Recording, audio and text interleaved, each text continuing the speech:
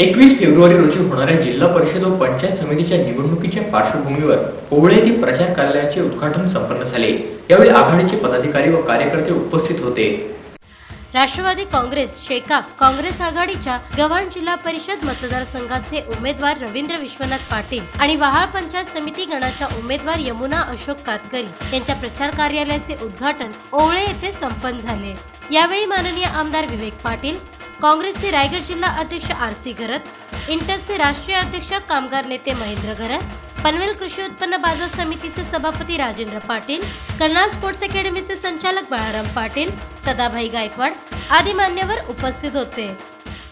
या ओवळे येथील या प्रचार कार्यालयाचा शुभारंभ किंवा उद्घाटन झालेला आहे असे मी जाहीर करतो।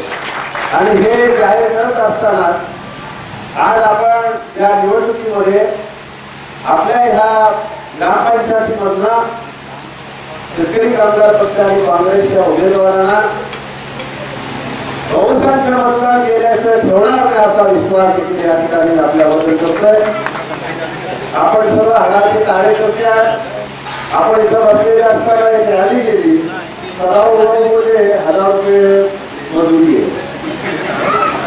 आपल्या उमेदवारांना रवींद्र पाटलांना इथं काय वाटलंय, तो तिथं काहीच वाटलं नाही। इथं जी मंडळी आलेली आहेत, इथं जे आमच्या माय भगिनी आलेली आहेत, हे प्रेमा खातीर आलेले आहेत, आदरानं आलेले आहेत। आम्हाला 1000 रुपये देऊन झालं आपल्याला गरज नाहीये। लोकांना जे मजुरीशी येतात त्यांचा संबंध फक्त ते मजुरी पुरताच अवलंबून असतो। संध्याकाळी वेळ संपली 5 वाजले की मजुरी पण संपली आणि आपुलकी पण संपली। पण इथं आलेले सर्व लोकांची आपुलकी, आदर, प्रेम हे प्रेमाचं आहे आणि या आयुष्यभर टिकणार आहे आणि या निवडणुकीमध्ये ते निश्चितपणे उतरणार आहे।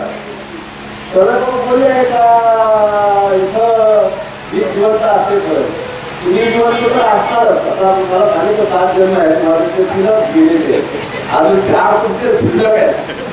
त्याच्यावर तुम्ही हयात असेपर्यंत तर पक्ष काँग्रेस राहणारच आहे। पण कोणी किती काँग्रेस पक्ष संपवायचा आहे, काँग्रेस मुक्त करायचा असं किती जरी बोलले तरी काँग्रेस पक्ष संपत नसतो, कुठला राजकीय पक्ष संपत नसतो।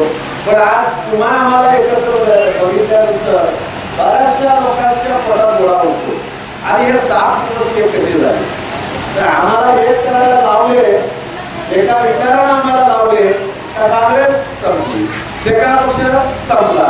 आता काँग्रेस संपली, शेका पक्ष संपलाय, पण एवढी आमची भीती कशाला 1000 रुपये देऊन 200 महिला आम्हाला आता घ्यायला संपले तर दोन्ही पक्ष।